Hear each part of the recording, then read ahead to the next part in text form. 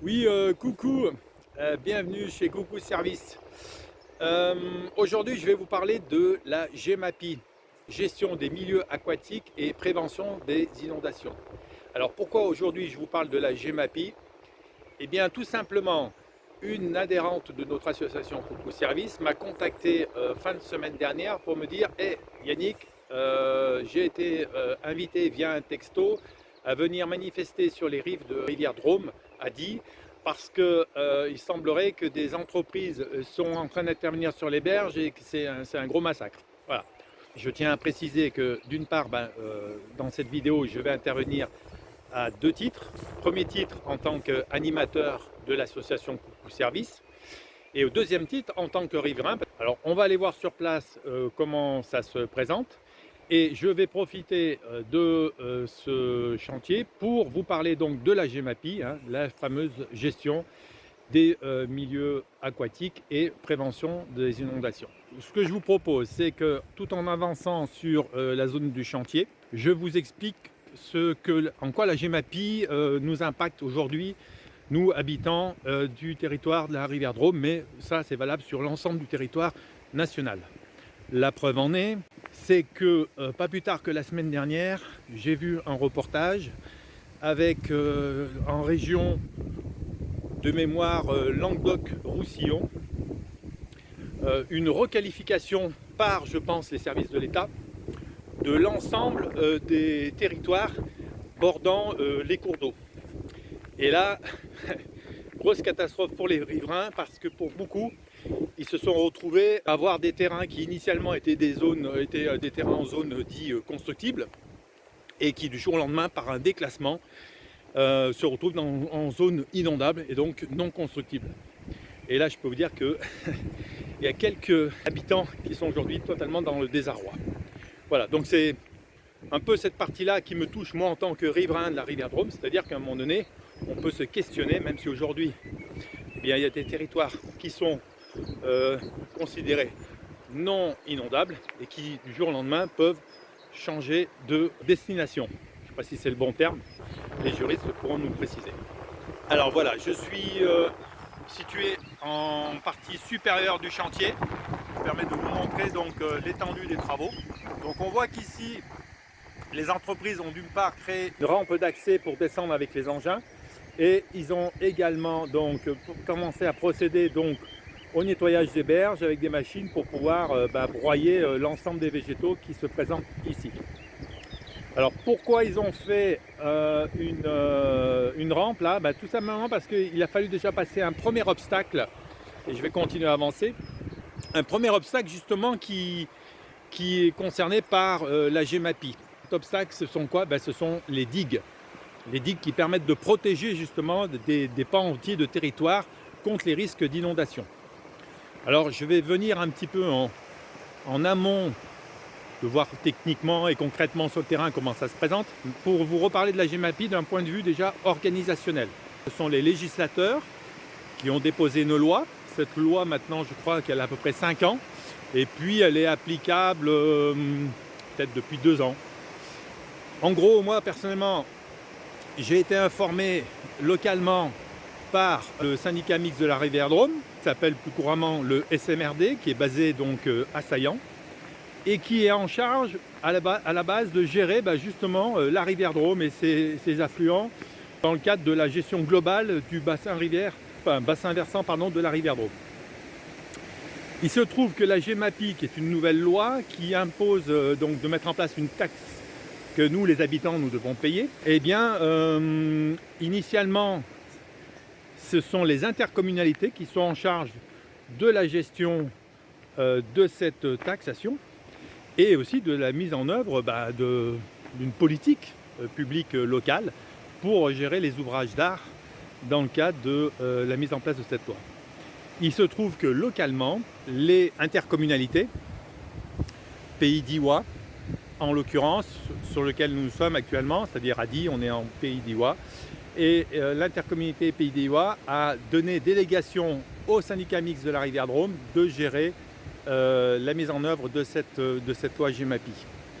Alors c'est à la fois une mise en œuvre technique, on va dire, mais également économique, sachant que le législateur, quand il a voté la loi, il a indiqué dans la loi que nous, les habitants, nous pouvions être taxés jusqu'à maximum 40 € par habitant. Faites le calcul combien vous êtes dans votre habitat et puis vous allez vite voir le montant de la taxe annuelle que vous devrez payer à l'intercommunalité pour gérer cette nouvelle obligation. Localement, les élus se sont rassemblés et ont décrété que la taxation sur le Pays d'Iwa était de 9 €.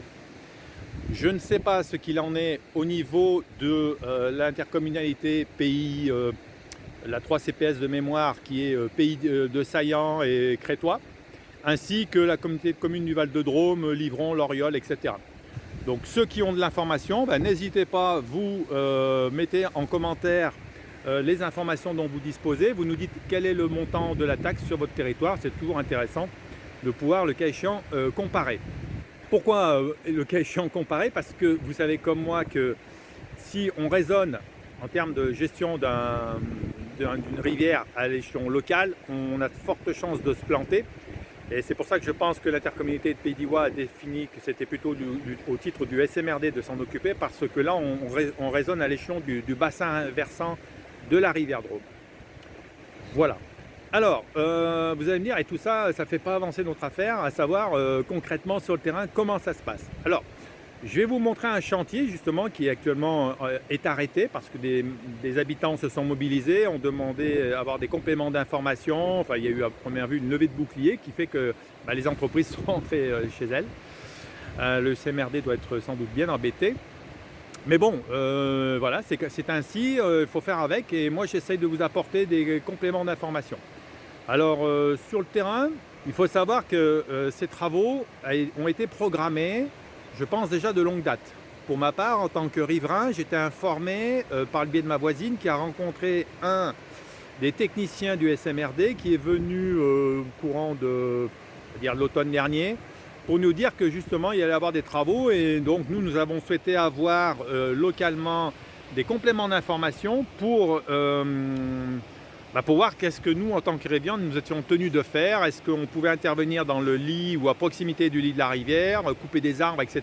Parce qu'il s'avère que chez nous, nous avons aussi des problématiques qui fait que si on n'intervient pas, un exemple pour couper des arbres qui seraient directement ancrés sur le dessus des digues, eh bien, il y a de fortes chances que l'on crée des charges supplémentaires sur les digues et qui fait que ça fragilise ces dernières.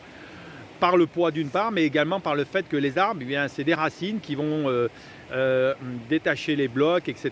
Et qu'au premier coup de crue, tout ça parte comme on dit entre guillemets chez moi, à la baille. Alors, ça c'était le passé, puis maintenant voilà le présent. Je vous fais un petit état là, je vous montre. Voilà ce qui s'est passé très localement.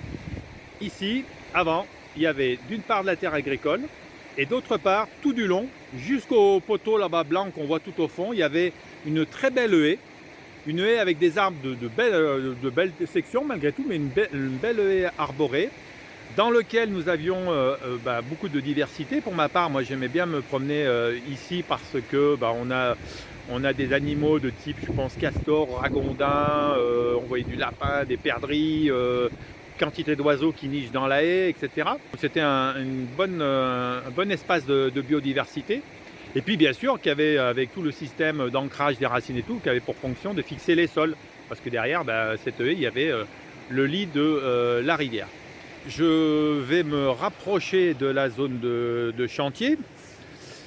Qu'est-ce qui s'est passé? Donc, entre-temps, les crues sont arrivées et je vais vous montrer, vous allez voir, c'est assez intéressant de comprendre la dynamique. Alors moi je ne suis pas un spécialiste en hydrologie, etc. Mais de comprendre la dynamique de la rivière Drôme à cet endroit. Alors voilà, je vous montre un peu encore la fameuse haie, vous voyez, la diversité. Et puis là dessous on voit, il y avait encore des traces d'animaux. Moi je vais les voir souvent, là il y a des animaux, des castors et autres. Une fois de plus, je ne suis pas le grand spécialiste. Alors je m'avance sur la parcelle, par contre je vais faire gaffe. Je vais faire vraiment gaffe parce que les terrains sont encore très meubles. Là je marche un peu, c'est un peu boueux malgré le fait que les sols aient pu se sécher un petit peu ces derniers jours. Malgré tout, ça reste boueux, puis surtout, ça reste vulnérable et fragile. Je vois qu'il y a encore des effondrements. Alors voilà ce qui s'est passé. Voilà. Là, on voit les effondrements sont encore tout récents, donc je ne vais pas faire le cacou, pas trop m'approcher. Voilà. Alors, de mon point de vue, qu'est-ce qui se passe? Ben voilà, si on regarde en face la rive de l'autre côté, eh bien on a tout un amoncellement ici d'éléments. On voit ici derrière, un peu en surhauteur, on voit le chemin qui est fixé sur le haut de la digue, hein, qui protège les habitations qui sont derrière, et j'imagine une partie de la ville, des jardins, etc. Et il se trouve que cet amoncellement qui est là, eh bien, il finit par faire un genre de mini barrage, et qui fait que progressivement, eh bien, le cours d'eau ne pouvant s'étaler complètement là-bas sur la rive droite, eh bien, vient se déporter progressivement sur la rive gauche où je suis actuellement. Et bah, cet hiver, la crue a fait que ça a emmené toute cette partie. Alors, en même temps, je vais m'approcher un peu, vous allez voir un autre phénomène. Ça, c'est la photo que vous avez dû voir dans les journaux, là, localement. Là, ben, je vais vous la montrer précisément. Voilà. Il y a, comme on dit là, il y a un schisme. Vous voyez, là, le poteau qui est là, eh ben, il n'y a plus du tout d'embase. Tout a été arraché, tout a été emmené. Alors, on va voir que cet incident, qui peut permettre de sourire un instant, mais il faut voir que derrière, ça a des implications et un impact non négligeable. Donc on voit bien que dans le cadre de la gestion du cours d'eau, si rien n'est fait pour à la fois protéger les populations, les habitations et les installations techniques, comme ici la ligne EDF, eh bien nécessairement on finit par courir à la catastrophe et on a des effondrements de ce type. Alors, autre analyse que je voudrais avoir avec vous, c'est qu'en plus de ça, ben là, vous voyez, je suis sur une terre agricole. Il se trouve que cette terre agricole, c'est une terre en agriculture biologique. Et là, à vue de nez, hein, comme ça, je pense que l'agriculteur, il a déjà perdu 10% de la surface exploitable. Alors, pourquoi je l'estime à 10%, même si de premier abord, comme ça ne paraît pas, mais imaginez quand même qu'il y avait à la fois du terrain, il y avait la haie, etc. Et puis que la ligne EDF, elle n'était pas en lisière de rivière, elle était beaucoup plus loin en retrait que ça, hein, donc ça a été rongé avec les années. Mais c'est parce qu'en même temps, j'imagine que le tracteur, là, aujourd'hui, dans la zone concernée, il ne va pas s'approcher, hein, sans quoi il finit dans l'eau. Voilà, donc un autre impact de la gestion des rives, c'est-à-dire que si on ne fait rien, si on ne libère pas le cours d'eau, hein, qui s'est simplement par le biais du déplacement de tous ces fluides, transporte également des limons, transporte des arbres, des branches, la végétation, elle, qui pousse de ce fait dans la rivière, parce qu'à partir du moment où il y a des limons, il y a de la matière organique, c'est beaucoup plus simple pour un arbre de s'implanter. Et là, voilà, on voit un peu en retrait, là, on voit toute la zone ici qui a commencé à être raclée, voilà, par les machines. Donc là, on est, on va dire, sur le front du chantier. On ira voir tout à l'heure sur place qu'est-ce que ça a généré. Et puis les mois que ça suscite, parce que, bon, c'est vrai que quand on est sur place, ça fait un peu bizarre. Mais on va aller voir, et comme ça, chacun pourra se donner, avoir un avis. Là, je vous remonte à le poteau, là, voilà, ça c'est la petite photo du moment. Voilà. Alors je vais revenir sur place. Alors je veux dire aussi, là, pour le coup, on est actuellement dans une période où il faut être...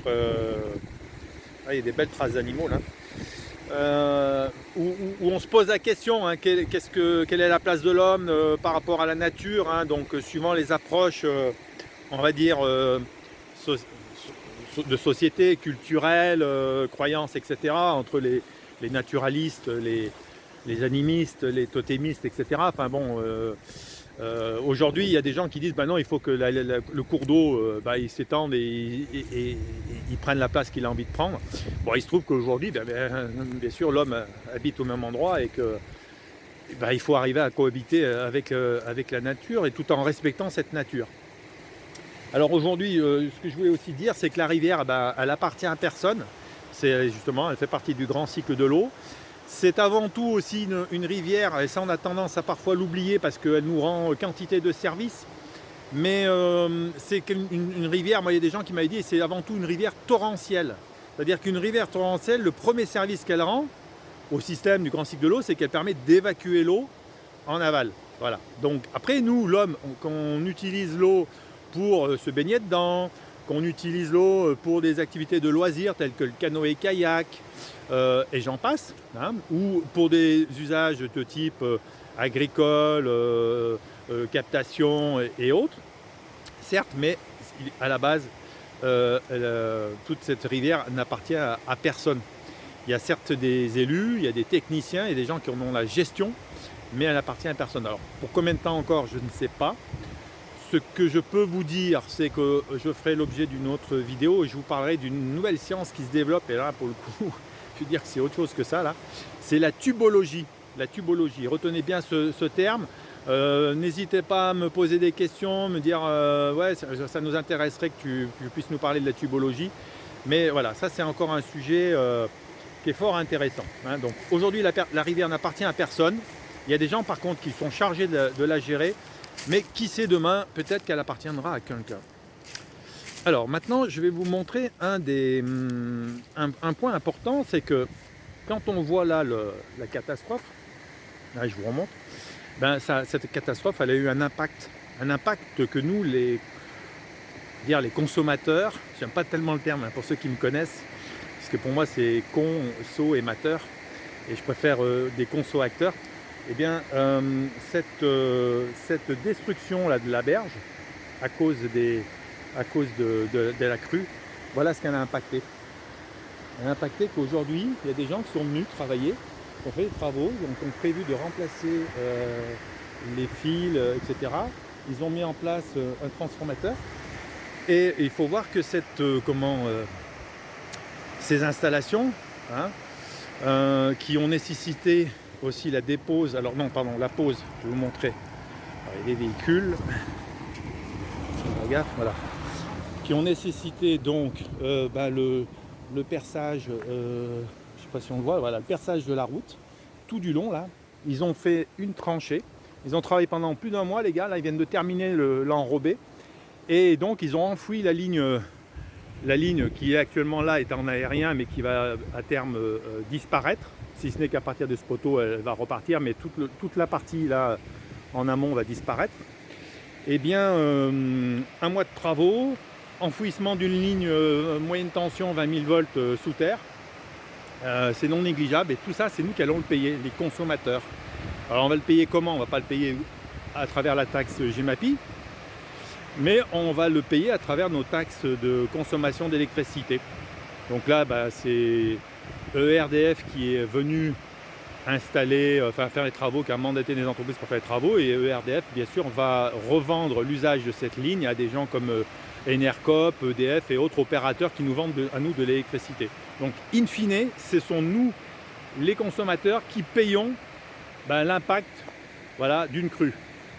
Alors d'une part on paye la taxe GEMAPI, et en même temps on double peine, on paye les travaux, parce que si la gestion de la prévention des inondations, gestion des ouvrages d'art, etc. n'est pas faite correctement, eh bien c'est double peine.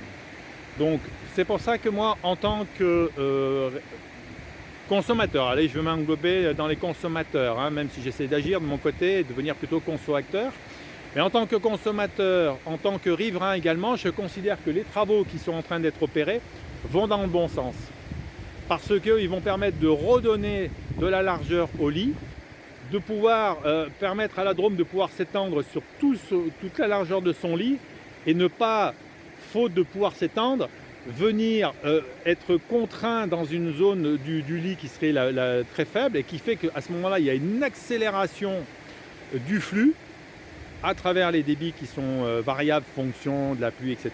et qui, par l'accélération, engendre la catastrophe que l'on voit. Hein.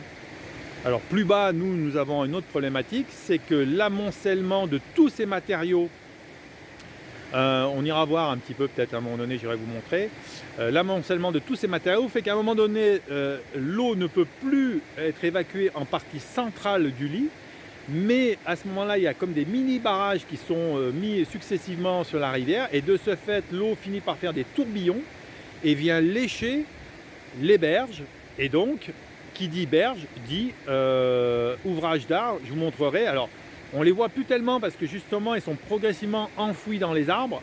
Mais ce sont des ouvrages que nos anciens ont réalisés sans doute pendant des années à la main. À l'époque, il n'y avait peut-être pas les mêmes machines. Et ce sont toutes les digues en pierre ou sous-bassement, etc. Et là, il est important de préserver ces ouvrages parce que sans quoi, demain, hormis le lit, c'est tout le reste qui va être impacté. Alors ça paraît anodin comme ça paraît tout bête, ça fait partie de la vie, c'est comme ça, etc. Mais voilà, moi je voulais simplement vous montrer à travers un exemple concret que si on ne fait rien, voilà ce que ça peut potentiellement engendrer. Voilà, donc je vais m'arrêter là pour l'instant. Je vais vous retrouver un petit peu plus loin. Je vais aller au niveau de la passerelle du pont rompu. Et puis d'ici là, si vous avez des commentaires, n'hésitez pas. Commencez à les noter en dessous. Je tenterai d'y répondre. Voilà, à tout de suite. Voilà donc maintenant au niveau de la passerelle du pont rompu. Là, je suis côté donc Justin, et donc de l'autre côté, on est côté Die. Alors, une chose que je voudrais vous montrer dans les ouvrages d'art qui permettent justement de protéger et de prévenir contre les risques d'inondation. Il y a quantité d'ouvrages qui sont parfois visibles, comme ici, et puis il y a les autres ouvrages qu'on voit moins, justement, je vous disais tout à l'heure, qui peuvent être, parce que justement enfouis sous les arbres, etc., qui seront les digues. Mais regardons en particulier donc l'ouvrage d'art qui est la passerelle du pont rompu. Alors je vais essayer de ne pas foutre mon téléphone à la flotte, mais regardez, ici, voilà, en partie là, vous avez donc les arbres. On voit bien, hein, les arbres, ils poussent sur l'ouvrage. Et ça d'un côté comme de l'autre. Hein, Alors qu'est-ce que ça engendre ça comme phénomène ? De mon point de vue, une fois de plus, je ne suis pas le grand spécialiste, mais il suffit de regarder précisément et d'observer la nature qui fait son œuvre. Eh bien, il se trouve que les arbres, le fait qu'ils poussent, leur croissance avec les racines, etc., fait que progressivement, ils viennent par déstabiliser les blocs de l'ouvrage, voire dans certains cas les fendre, les faire sortir, les dégonder, etc. Bref. Et globalement, in fine, l'ouvrage commence à être fragile et qui fait que le jour où il y a une crue, il peut y avoir carrément tout qui part à l'eau. Donc on le voit là-bas un peu au fond, ici, voilà, on voit les arbres qui sont en train de pousser sur l'ouvrage. De l'autre côté, ils sont carrément dans le mur, je crois, etc. Donc si là, pareil, si là on ne fait rien, on ne coupe pas les arbres parce qu'on se dit « Oh mince, couper les arbres et tout, c'est pas bon ». Oui, mais là en réalité, le jour où il n'y a plus de passerelle de pont rompu, tout le monde va dire « Mais qu'est-ce que c'est que cette histoire ? Ils n'ont rien fait, nos élus, nos techniciens, etc. » Donc je pense qu'il ne faut pas jeter la pierre, justement pour le coup, aux personnes qui sont en charge de gérer ce patrimoine. Parce que ce patrimoine, c'est le patrimoine de tous, c'est notre bien commun à tous. Et il serait quand même dommage, par défaut d'entretien, de le voir partir à l'eau.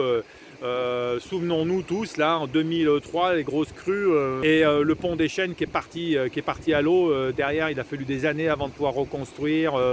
Entre-temps, on a subi les impacts, etc. Donc je crois que dans l'intérêt général, une fois de plus, ces travaux, de mon point de vue, ont du sens.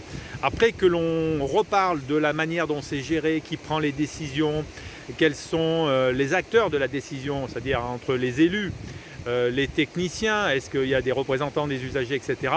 Eh bien moi je vous invite, c'est une expérience que personnellement j'ai eu l'occasion de vivre dans le cadre du projet SPAR, qui est un autre sujet que je pourrais aborder si cela venait vous intéresser. Mais dans lequel, avec ce projet SPAR, on re-questionnait justement la dynamique de la participation citoyenne.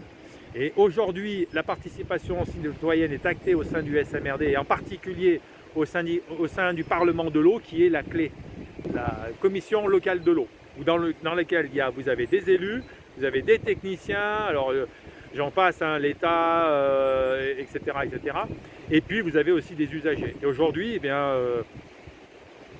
j'en reparlerai, mais je peux dire quand même que nous avons œuvré, Coucou Service en particulier, pour faire en sorte qu'aujourd'hui nous ayons un siège permanent au sein de la CLE. Alors non pas un siège décisionnel, mais un siège d'information, d'une part au sein de la CLE, mais également au niveau des commissions thématiques de la CLE. Donc je vous invite à prendre contact avec le syndicat mixte de la Rivière Drôme, pour éventuellement postuler et faire part de votre intérêt à participer, à être observateur de cette clé. Vous verrez que c'est très très intéressant. Mais je pourrais à ce sujet là refaire une vidéo plus spécifique pour vous expliquer quels sont les acteurs, comment les décisions se prennent, etc., etc. Voilà. Donc là, on est sur la passerelle du pont rompu. Je vous montre un petit peu les ouvrages. Voilà, on voit que bon, pour l'instant tout va bien, mais potentiellement les ouvrages peuvent être fragilisés si on laisse, comme on le voit là encore, les arbres pousser. Alors, je vais me rendre maintenant sur le chantier, hein, le lieu qui pour le coup, bon, je m'attends au pire, mais bon, de loin comme ça paraît un peu normal, on va dire. Bon, on va aller voir sur place et puis on va se faire une petite idée ensemble. À tout de suite. Eh bien, donc me voici maintenant donc devant l'entrée du chantier, hein. Donc on voit derrière moi, donc là ils ont réalisé une rampe, hein. Ils ont réalisé une rampe, ben, comme je vous disais, ben, tout simplement parce qu'il faut passer une hauteur d'ouvrage, hein, qui est là. Ben, on voit bien la digue, hein, mais qui est complètement enherbée, on ne voit rien du tout, on ne la voit pas. Si on n'est pas au fait de ces problématiques-là, on ne sait même pas qu'il y a une digue qui protège les habitations qui sont juste derrière. Je vous en montre quelques-unes et tout, sans dévoiler pour autant toutes les habitations. Voilà. Donc je vais descendre là sur le chantier. Alors bon, c'est clair que c'est très grossier, hein, c'est normal, hein. Ils n'arrivent pas là avec des petites pioches et des petites pelles et puis pour faire enfin, vous voyez, ils ne viennent pas faire la dinette, hein, au bord de l'eau. Là, ils viennent avec du gros matériel parce qu'à un moment donné, ben, il va falloir brasser des volumes. Hein, des vrais mètres cubes là, et là il faut du gros matos quoi, hein. Imaginez bien que ça peut pas se faire comme ça. Voilà, donc la rampe, et puis là ben, ça y est, on commence à découvrir la première zone. Alors c'est vrai que c'est assez comme ça, quand on arrive comme ça de premier abord, c'est assez brutal parce qu'on se dit waouh, qu'est-ce qui s'est passé là, il y a eu une déflagration et tout, mais non, simplement ben, voilà, des engins qui ont besoin de passer. Là, voilà, on voit encore des amoncellements de branches et tout, mais bon, tout n'est pas fini. Je pense qu'ils ont été arrêtés, comme je vous le disais, donc, par le fait qu'il y ait des habitants qui se sont mobilisés, à juste titre, hein, parce que quand vous ne savez pas ce qui se passe et puis vous avez l'habitude de venir là, vous promenez dans cet espace qui est quand même connu des Diois et qui est bucolique, qui est sympathique quoi, par ailleurs, mais qui à un moment donné, au regard du lit de la rivière, pose des vrais problèmes. Alors, c'est un peu chaotique là comme environnement. Je vous montre également. Donc ils ont rassemblé aussi de très gros blocs de roches parce que le but c'est peut-être commencer à assembler les éléments pour pouvoir avoir un espace pour pouvoir mieux travailler et circuler avec les engins que d'avoir des gros blocs par-ci par-là, hein, comme des champignons, ça ne passerait pas. Voilà, donc tout n'est pas encore rasé, nettoyé. On va continuer, je vais continuer à progresser donc sur cette zone en essayant de vous faire profiter un peu de la vue du chantier. Bon, c'est vrai que bon, on n'a pas l'habitude de voir ça tous les jours. Bon, moi je suis un ancien forestier, donc ça me choque un peu moins. Je sais ce que c'est qu'une coupe à blanc. Là, ça en est plus qu'une coupe à blanc parce que normalement, bon, quand on fait une coupe à blanc, on voit les souches et tout. Et là, globalement, il reste plus grand chose, hein. C'est broyé. Bon, il se trouve aussi que quand même, si vous regardez bien, les arbres qui sont présents le long, ils ne sont pas très gros en finalité, hein. Pourquoi ils ne sont pas très gros? Parce que je crois savoir, mais là-dessus, les techniciens, les élus, là, si vous avez de l'info, vous pouvez nous informer, nous les citoyens. Mais je crois savoir que ce genre de travaux, ça peut pas, c'est pas exceptionnel, hein. Il semblerait que, et la GEMAPI va renforcer cela, que les travaux justement ils doivent être faits de manière un peu récurrente, et je crois que sur cette zone là on a peut-être des arbres qui doivent avoir 10 ans, 20 ans maximum, grand maximum. Donc ça a déjà été fait, ça a déjà été rasé, je pense. Simplement que parfois nous on oublie, c'est plus les mêmes personnes, les sensibilités depuis ont évolué, mais que on l'a peut-être vu faire ça et puis on s'en souvient plus quoi, hein. Voilà, alors là je rentre dans une zone hyper boueuse, hein, je vous montre, hein, avec des ornières. Voilà, là je commence à arriver sur le front du chantier là. Voilà. Front du chantier. Alors on revoit derrière le fameux poteau là suspendu dans le vide là. Voilà, sous un autre angle. Alors je ne sais pas s'ils ont prévu également de couper tous ces arbres là, mais il se trouve que voilà, la digue elle est juste là, vous voyez, cette grosse butte là qui est devant nous là, ça c'est la digue. Donc nécessairement, l'ouvrage, lui, il doit rester intègre, hein, parce que si la digue elle part en saucisse, bah, c'est tout le reste qui est derrière, hein, on va en subir les conséquences. Voilà. Et on voit bien que, alors c'est vrai que la crue cette année a généré aussi de l'autre côté des amoncellements, hein, mais on voit bien que là, s'il n'y a pas de place de ce côté-là du lit de la rivière, et ben ça se répercute de l'autre côté là-bas, et de ce fait, et ben, le terrain, s'il n'est pas adapté, il n'est pas stabilisé, ben, la rive, elle part dans la rivière, hein. Voilà. Donc, ouais, je peux comprendre. C'est costaud, c'est brutal. Pour ceux qui avaient l'habitude de voir des petits arbres, de se promener dans l'herbe et tout, là, il n'y a plus rien, il n'y a plus que de la caillasse, il y a du bois déchiqueté. Bon, ce bois-là, il va rester un peu là. La prochaine crue, tout ça sera emmené et évacué. Entre-temps, ben, ça va peut-être servir à des animaux, aux gens, aux promeneurs, je ne sais pas, hein.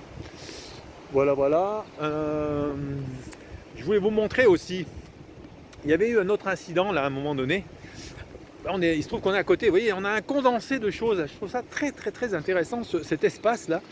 Nous avions là, voilà, sur la digue, qui est ici, là devant moi, là, vous voyez, il y a encore des éléments, des rubalises qui symbolisent une zone de danger. On est sur on va dire au faîtage, hein, de la digue, sur la partie haute de la digue, et là il y avait un énorme peuplier.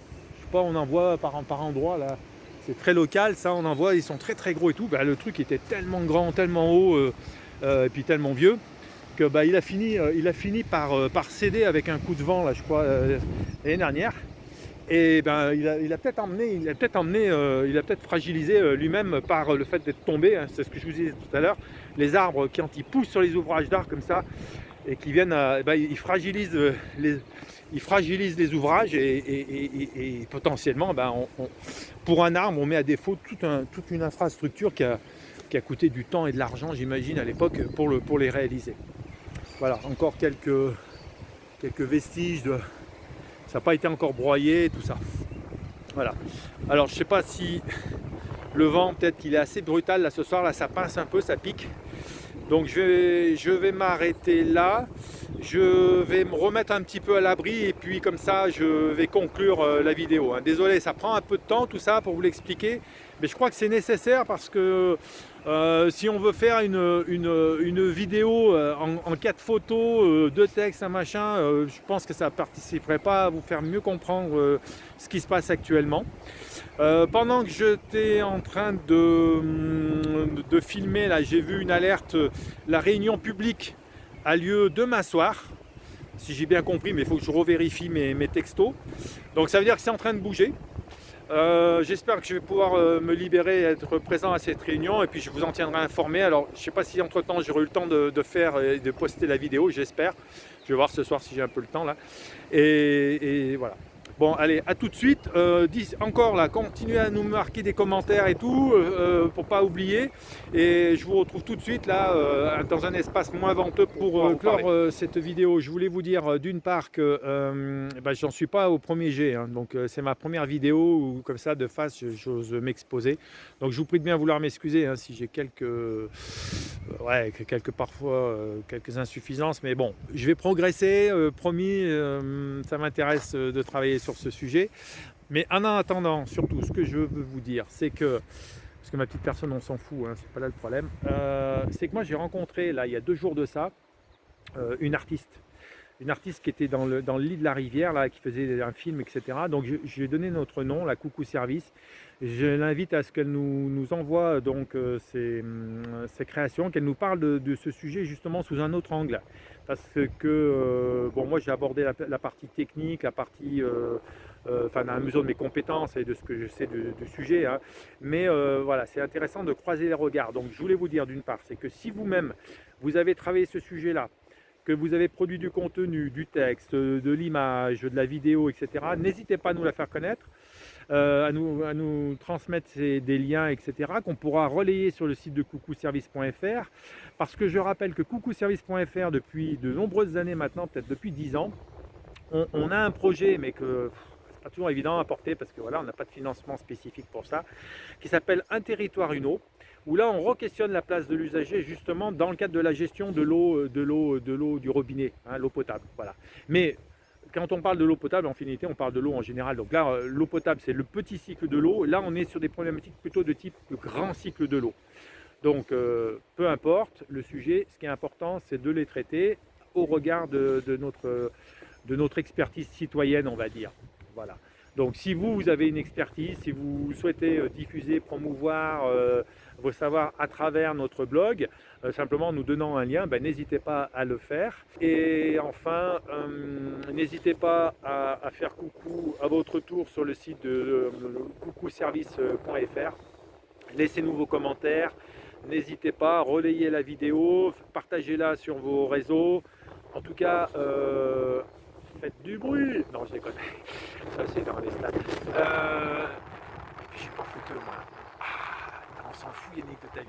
Bon, allez, ça c'est pour le bêtisier, pardon. Donc, laissez-moi vos commentaires, vos remarques, vos suggestions, vos liens. Et je vous dis à très bientôt. Bye bye. Oui, au final, je reviens, désolé, mais la réunion, c'est pas demain soir, hein, ça c'est une autre réunion.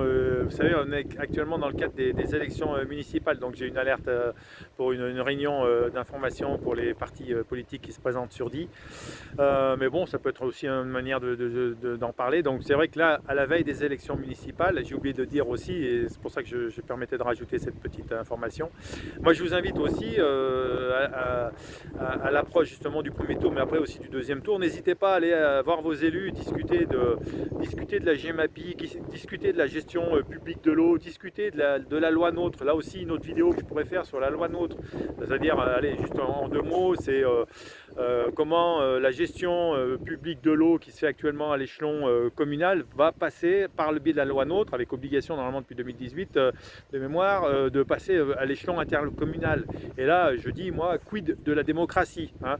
Souvenez-vous, rappelez-vous, en termes de gestion intercommunale, à quel moment nous tous, là, les citoyens et les citoyennes, nous intervenons et nous donnons notre point de vue, de mémoire, à aucun niveau. Entre autres, un exemple, la GEMAPI, je ne pense pas que vous ayez été consulté, informé, oui, pour dire vous allez payer tant, mais en amont, savoir qu'est-ce qu'on allait payer, etc. Ben là, il n'y a pas d'information. Bon, donc j'enlève un peu cette casquette-là de la partie politique parce que ce n'est pas l'objet de notre propos, mais on pourra réaborder cette notion justement de la gestion du bien commun, qui décide, comment, par quel outil, quels moyens, etc., etc. Allez, bonne soirée à vous, là, vous voyez, il commence à faire nuit, là, moi je me rentre, ça pèle vraiment, hein. Bye bye. Promenons-nous dans les bois pendant que le